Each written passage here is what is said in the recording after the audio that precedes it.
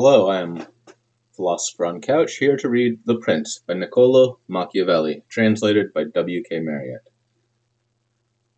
Introduction. Niccolo Machiavelli was born at Florence on 3rd May 1469. He was the second son of Bernardo di Niccolo Machiavelli, a lawyer of some repute, and of Bartolomea di Stefano Nelli, his wife. Both parents were members of the old Florentine nobility. His life falls naturally into three periods, each of which singularly enough constitutes a distinct and important era in the history of Florence. His youth was concurrent with the greatness of Florence as an Italian power under the guidance of Lorenzo de' Medici II Magnifico. The downfall of the Medici in Florence occurred in 1494, in which year Machiavelli entered the public service. During his official career, Florence was free under the government of a republic, which lasted until 1512, when the Medici returned to power, and Machiavelli lost his office. The Medici again ruled Florence from 1512 until 1527, when they were once more driven out. This was the period of Machiavelli's literary activity and increasing influence. But he died within a few weeks of the expulsion of the Medici on 22nd June 1527, in his 58th year, without having regained office. Youth, years 1 through 25, 1469 to 1494. Although there is little recorded of the youth of Machiavelli, the Florence of those days is so well known that the early environment of this representative citizen may be easily imagined. Florence has been described as a city with two opposite currents of life, one directed by the fervent and austere Savonarola, and the other by the splendor-loving Lorenzo. Savonarola's influence upon the young Machiavelli must have been slight, for although at one time he wielded immense power over the fortunes of Florence, he only furnished Machiavelli with a subject of a jibe in The Prince, where he is cited as an example of an unarmed prophet who came to a bad end, whereas the magnificence of the Medicean rule during the life of Lorenzo appeared to have impressed Machiavelli strongly, for he frequently recurs to it in his writings, and it is to Lorenzo's grandson that he dedicates The Prince. Machiavelli, in his History of Florence, gives us a picture of the young men among whom his youth was passed. He writes, "They were freer than their forefathers in dress and living, and spent more in other kinds of excesses, consuming their time and money in idleness, gaming, and women. Their chief aim was to appear well dressed and to speak with wit and acuteness, whilst he who could wound others the most cleverly was thought the wisest." In a letter to his son Guido, Machiavelli shows why youth should avail itself of its opportunities for study, and leads us to infer that his own youth had been so occupied. He writes, "I have received your letter, which has given me the greatest pleasure, especially because you tell me you are quite restored in health, than which I could have no better news. For if God grant life to you and to me, I hope to make a good man of you if you are willing to do your share." Then, writing of a new patron, he continues, "This will turn out well for you, but it is necessary for you to study. Since then you have no longer the excuse of illness. Take pains to study letters and music, for you see what honor is done to me for the little skill I have. Therefore, my son, if you wish to please me and to bring success and honor to yourself, do write and study, because others will help you if you help yourself." Office, ages 25 to 43, year 1494 to 1512. The second period of Machiavelli's life was spent in the service of the Free Republic of Florence, which flourished, as stated above, from the expulsion of the Medici in 1494 until their return in 1512. After serving 4 years in one of the public offices, he was appointed Chancellor and Secretary to the Second Chancery, the 10 of Liberty and Peace. Here we are on firm ground when dealing with the events of Machiavelli's life, for during this time he took a leading part in the affairs of the Republic, and we have his decrees, records, and dispatches to guide us, as well as his own writings. A mere recapitulation of a few of his transactions with the statesmen and soldiers of his time give a fair indication of his activities, and supplies the sources from which he drew the experience and characters which illustrate the prince. His first mission was in 1499 to Catherine Sforza, my Lady of Forli, of the prince, from whose conduct and fate he drew the moral that it is far better to earn the confidence of the people than to rely on fortresses. This is a very noticeable principle in Machiavelli, and is urged by him in many ways as a matter of vital importance to princes. In 1500 he was sent to France to obtain terms from Louis XII for continuing the war against Pisa. This king it was who, in his conduct of affairs in Italy, committed the 5 capital errors in statecraft summarized in The Prince, and was consequently driven out. He, also, it was who made the dissolution of his marriage a condition of support to Pope Alexander VI, which leads Machiavelli to refer those who urge that such promises should be kept to what he has written concerning the faith of princes. Machiavelli's public life was largely occupied with events arising out of the ambitions of Pope Alexander VI and his son, Cesare Borgia, the Duke Valentino, and these characters fill a large space of The Prince.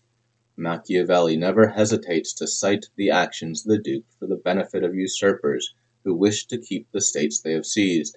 He can, indeed, find no precepts to offer so good as the pattern of Cesare Borgia's conduct, insomuch that Cesare is acclaimed by some critics as the hero of The Prince. Yet in The Prince, the Duke is in point of fact cited as a type of the man who rises on the fortune of others and falls with them, who takes every course that might be expected from a prudent man, but the course which will save him, who is prepared for all eventualities but the one which happens, and who, when all his abilities fail to carry him through, exclaims that it was not his fault, but an extraordinary and unforeseen fatality. On the death of Pius III in 1503, Machiavelli was sent to Rome to watch the election of his successor, and there he saw Cesare Borgia cheated into allowing the choice of the college to fall on Giuliano delle Rovere, Julius II, who was one of the cardinals that had most reason to fear the Duke. Machiavelli, when commenting on this election, says that he who thinks new favors will cause great personages to forget old injuries deceives himself. Julius did not rest until he had ruined Cesare. It was to Julius II that Machiavelli was sent in 1506, when the pontiff was commencing his enterprise against Bologna, which he brought to a successful issue, as he did many of his other adventures, owing chiefly to his impetuous character. It is in the reference to Pope Julius that Machiavelli moralizes on the resemblance between fortune and women, and concludes that it is the bold, rather than the cautious man, that will win and hold them both. It is impossible to follow here the varying fortunes of the Italian states, which in 1507 were controlled by France, Spain, and Germany, with results that have lasted to our day. We are concerned with those events, and with the 3 great actors in them, so far only as they impinge on the personality of Machiavelli. He had several meetings with Louis XII of France, and his estimate of that monarch's character had already been alluded to. Machiavelli had painted Ferdinand of Aragon as the man who accomplished great things under the cloak of religion, but who in reality had no mercy, faith, humanity, or integrity, and who, had he allowed himself to be influenced by such motives, would have been ruined. The Emperor Maximilian was one of the most interesting men of the age, and his character has been drawn by many hands. But Machiavelli, who was the envoy at his court in 1507 to 1508, reveals the secret of his many failures when he describes him as a secretive man, without force of character, ignoring the human agencies necessary to carry his schemes into effect, and never insisting on the fulfillment of his wishes. The remaining years of Machiavelli's official career were filled with events arising out of the League of Cambrai, made in 1508 between the three great European powers already mentioned and the Pope, with the object of crushing the Venetian Republic. This result was attained in the Battle of Baila, when Venice lost in one day all that she had won in 800 years. Florence had a difficult part to play during these events, complicated as they were by the feud which broke out between the Pope and the French, because friendship with France had dictated the entire policy of the Republic. When, in 1511, Julius II finally formed the Holy League against France and with the assistance of the Swiss drove the French out of Italy, Florence lay at the mercy of the Pope and had to submit to his terms, one of which was that the Medici should be restored. The return of the Medici to Florence on 1st September 1512 and the consequent fall of the Republic was the signal for the dismissal of Machiavelli and his friends, and thus put an end to his public career, for, as we have seen, he died without regaining office. Literature and death, ages 43 to 58, years 1512 to 1527. On the return of the Medici, Machiavelli, who for a few weeks had vainly hoped to retain his office under the new masters of Florence, was dismissed by decree dated 7th November 1512. Shortly after this, he was accused of complicity in an abortive conspiracy against the Medici, imprisoned, and put to the question by torture. The new Medician Pope, Leo X, procured his release, and he retired to his small property at San Cassiano, near Florence, where he devoted himself to literature. In a letter to Francesco Vittori, dated 13th December 1513, he has left a very interesting description of his life at this period, which elucidates his methods and his motives in writing The Prince. After describing his daily occupations with his family and neighbors, he writes, "The evening being come, I return home and go to my study. At the entrance I pull off my peasant clothes, covered with dust and dirt, and put on my noble court dress, and thus becomingly reclothed, I pass into the ancient courts of the men of old, where, being lovingly received by them, I am fed with that food which is mine alone, where I do not hesitate to speak with them and to ask for the reason of their actions, and they, in their benignity, answer me, and for 4 hours I feel no weariness. I forget every trouble. Poverty does not dismay. Death does not terrify me. I am possessed entirely by those great men.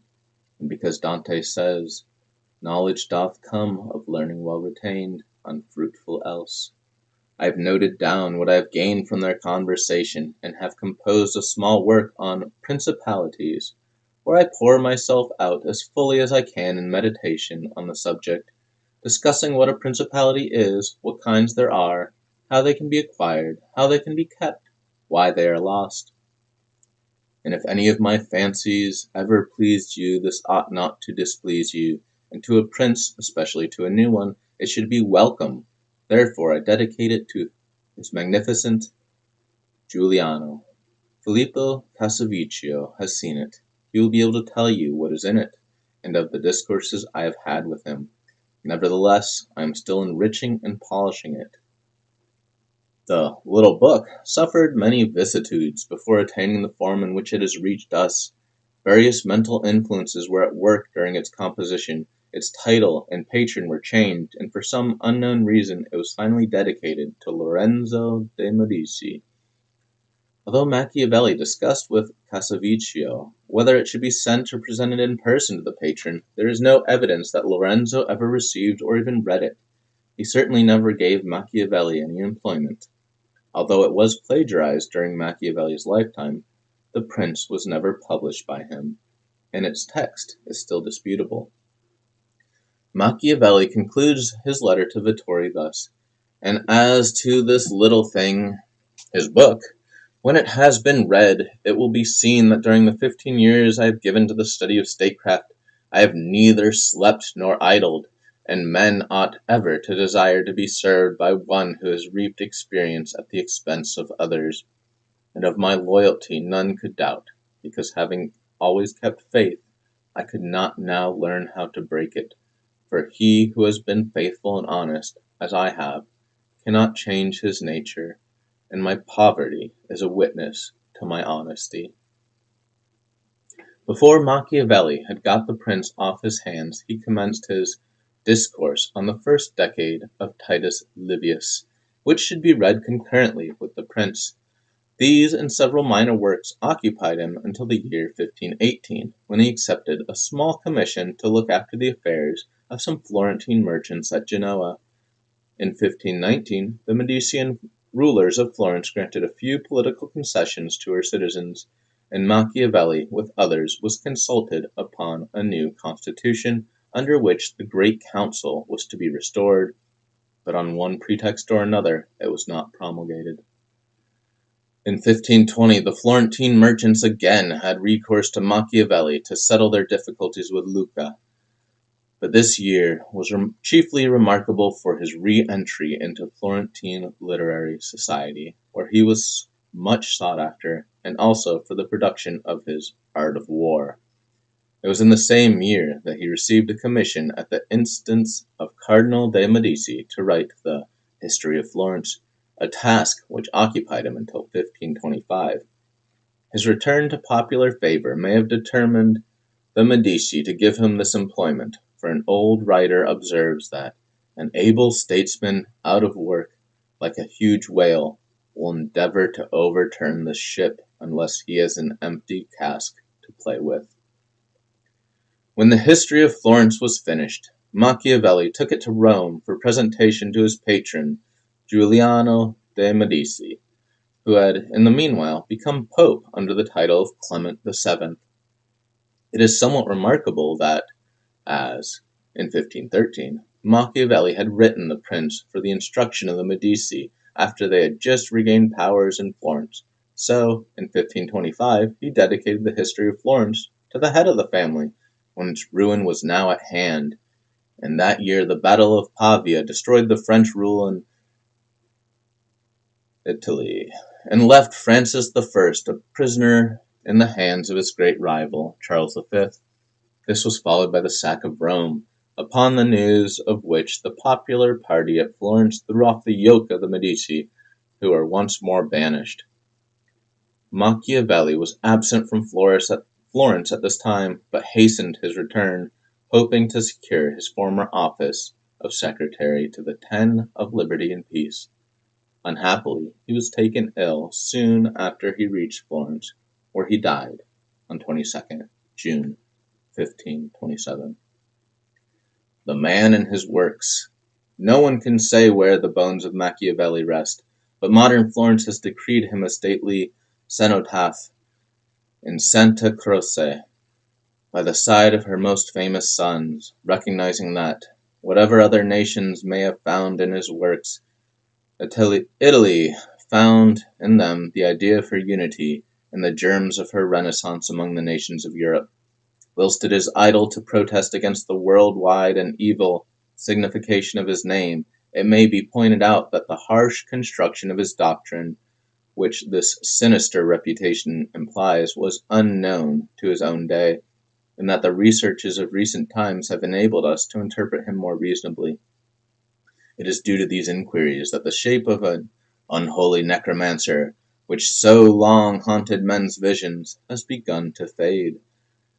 Machiavelli was undoubtedly a man of great observation, acuteness, and industry, noting with appreciative eyes whatever passed before him, and with his supreme literary gift turning it to account in his enforced retirement from affairs. He does not present himself, nor is he depicted by his contemporaries, as a type of that rare combination, the successful statesman and author, for he appears to have been only moderately prosperous in his several embassies and political employments. He was misled by Catherine Sforza, ignored by Louis XII, overawed by Cesare Borgia. Several of his embassies were quite barren of results. His attempts to fortify Florence failed. and the soldiery that he raised astonished everybody by their cowardice.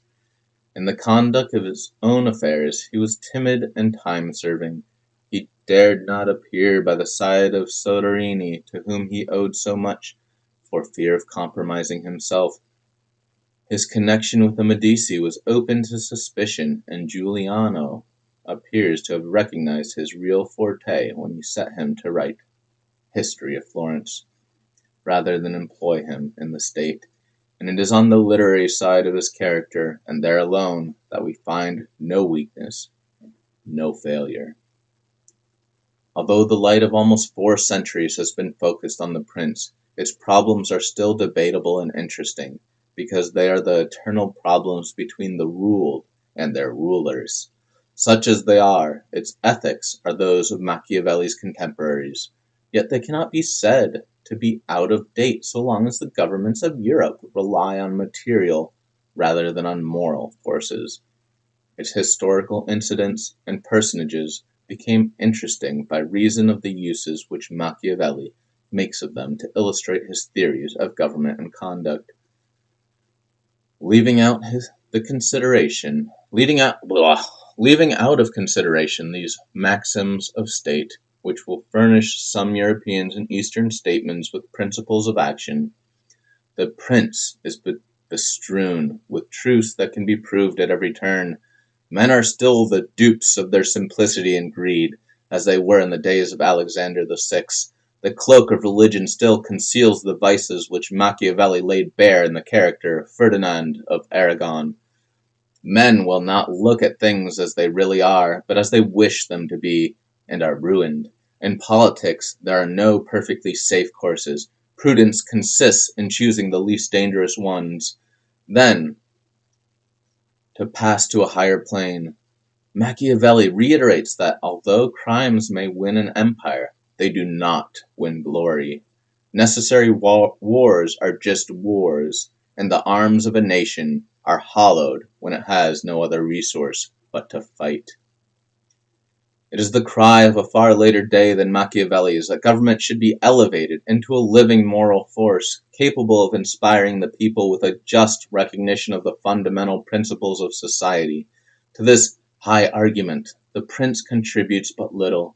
Machiavelli always refused to write either of men or of governments otherwise than as he found them, and he writes with such skill and insight that his work is of abiding value.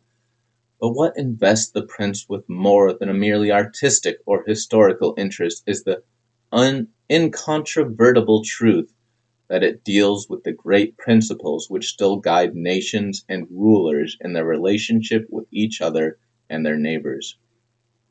In translating the prince, my aim has been to achieve at all costs an exact literal rendering of the original, rather than a fluent paraphrase adapted to the modern notions of style and expression. Machiavelli was no facile phrasemonger. The conditions under which he wrote obliged him to weigh every word.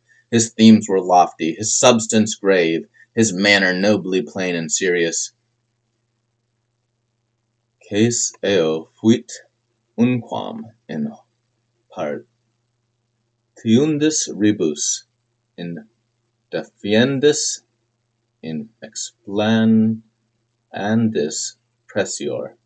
In the prince, it may be truly said, there is reason assignable, not only for every word, but for the position of every word. To an Englishman of Shakespeare's time, the translation of such a treatise was in some ways a comparatively easy task, for in those times the genius of the English more nearly resembled that of the Italian language. To the Englishmen of today it is not so simple. To take a single example, the word intrattenere, employed by Machiavelli to indicate the policy adopted by the Roman Senate towards the weaker states of Greece, would by an Elizabethan be correctly rendered entertain, and every contemporary reader would understand what was meant by saying that Rome entertained the Aetolians and the Achaeans without augmenting their power. But today such a phrase would seem obsolete and ambiguous, if not unmeaning. We are compelled to say that Rome maintained friendly relations with the Aetolians, etc., using 4 words to do the work of one. I have tried to preserve the pithy brevity of the Italian so far as was consistent with absolute fidelity to the sense. If the result be an occasional asperity, I can only hope that the reader, in his eagerness to reach the author's meaning, may overlook the roughness of the road that leads him to it. Dedication. To the magnificent Lorenzo di Pierro de Medici. Those who strive to obtain the good graces of a prince are accustomed to come before him with such things as they hold most precious, or in which they see him take most delight, whence one often sees horses, arms, cloth of gold, precious stones, and similar ornaments presented to princes worthy of their greatness. Desiring, therefore, to present myself to your magnificence with some testimony of my devotion towards you, I have not found among my possessions anything which I hold more dear than, or value so much as, the knowledge of the actions of great men, acquired by long experience in contemporary affairs, and a continual study of antiquity, which, having reflected upon it with great and prolonged diligence, I now send, digested into a little volume, to your magnificence. And although I may consider this work unworthy of your countenance, nevertheless I trust much to your benignity, that it may be acceptable, seeing that it is not possible for me to make a better gift than to offer you the opportunity of understanding in the shortest time all that I have learnt in so many years, and with so many troubles and dangers, which work I have not embellished with swelling or magnificent words, nor stuffed with rounded periods, nor any extrinsic allurements or adornments whatever, with which so many are accustomed to embellish their works. For I have wished either that no honor should be given it, or else that the truth of the matter and the weightiness of the theme shall make it acceptable.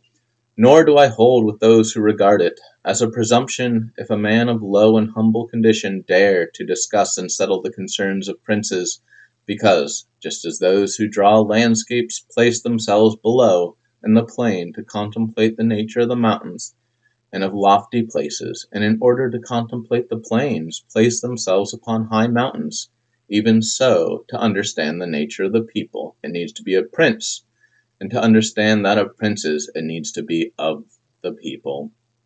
Take, then, your magnificence, this little gift, in the spirit in which I send it, wherein, if it be diligently read and considered by you, you will learn my extreme desire that you should attain the greatness which fortune and your other attributes promise, and if your magnificence from the summit of your greatness will sometimes turn your eyes to these lower regions, you will see how unmeritedly I suffer a great and continued malignity of fortune. The Prince, Chapter 1. How many kinds of principalities there are, and by what means they are acquired. All states, all powers, that have held and hold rule over men have been and are either republics or principalities. Principalities are either hereditary, in which the family has been long established, or they are new.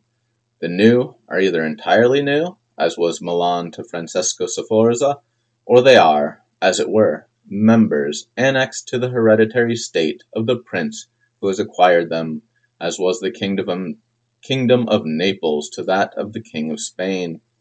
Such dominions thus acquired are either accustomed to live under a prince, or to live in freedom, and are acquired either by the arms of the prince himself, or of others, or else by fortune or by ability. Thank you all so much for tuning into the introduction and chapter 1 of The Prince by Machiavelli, read live by Philosopher on Couch. I hope you continue to tune in to future iterations of this. I will finish this book first, and then I will move on to other interesting books